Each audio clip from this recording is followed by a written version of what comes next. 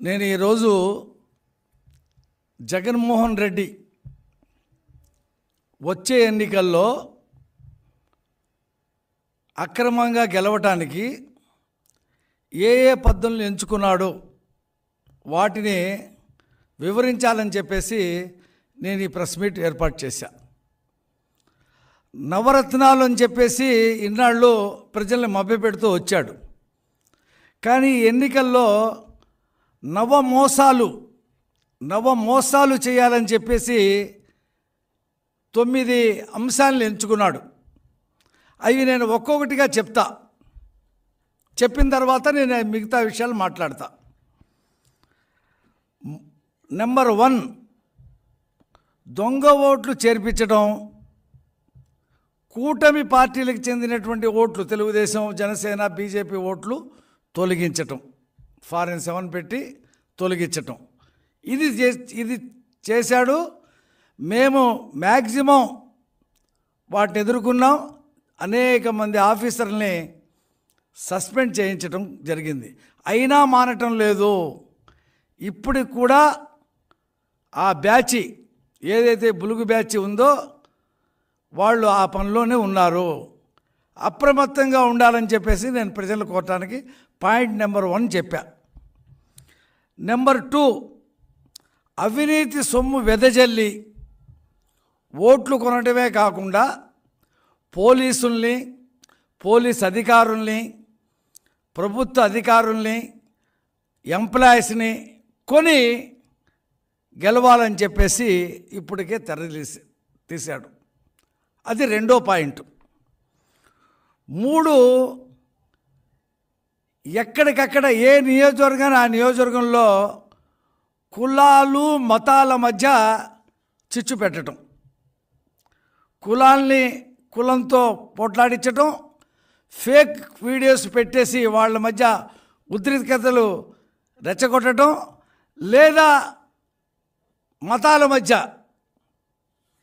CA మీద ఇలా అన్నారు అలా అన్నారు అని చెప్పేసి ఇటు ముస్లిమ్స్ని రెచ్చగొట్టడం, బీజేపీతో పొత్తు పెట్టుకున్నారని చెప్పి ముస్లిమ్స్ని రెచ్చగొట్టడం, ఈ పద్ధతి తీసుకొని మార్కెట్లో వెళ్తూ ఉన్నాడు. అది 3.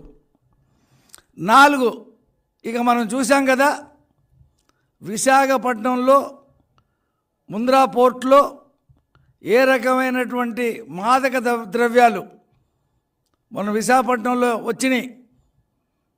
1,00,000 కోట్లు విలువైనటువంటి మాదక ద్రవ్యాలు వేరే వాటిల్లో కలిపేసి, డ్రై ఈస్ట్లో కలిపేసి దిగుమతి చేసుకొని పెద్ద ఎత్తున డబ్బులు సంపాదించాలని, అలాగే ఈ యువతని నిర్వీర్యం చేసి వాళ్ళని ఆలోచింపజేయనీయకుండా, వాళ్ళు ఎందుకు యువతని ఆలోచిస్తే వాళ్ళు రోడ్డు మీదకి వస్తారు. జాబ్ క్యాలెండర్ ఏమైందని చెప్పి అడుగుతారు. కంపెనీలు ఎందుకు వెళ్ళిపోయినాయని చెప్పి అడుగుతారు. అవినీతి మీద ప్రశ్నిస్తారు. వాళ్ళని మత్తులో ఉంచేసి ఎన్నికలు నడపాలని చెప్పేసి కార్యక్రమం తీసుకున్నాడు. అది 4. 5, బూతుల దగ్గర మేము తెలుగుదేశం పార్టీ కానీ కూటమి పార్టీ కానీ బూత్ కమిటీలు ఏర్పాటు చేసుకుంటాం. అతను కూడా ఏర్పాటు చేసుకుంటాడు.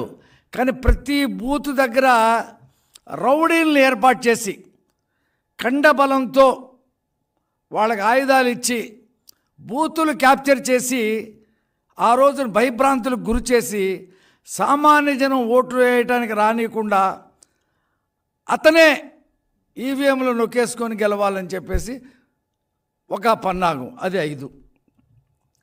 ఇక 6, ఎప్పుడు ఏ మీటింగ్ చెప్పినా సరే ఏడుస్తూ ఉంటాడు.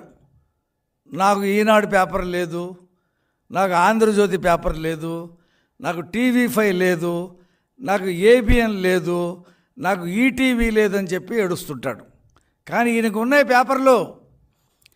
సాక్షి పత్రిక, సాక్షి టీవీ అవినీతి సొమ్ముతో పెట్టుకున్న సొంత మీడియా, అది ఉంది సొంత మీడియా.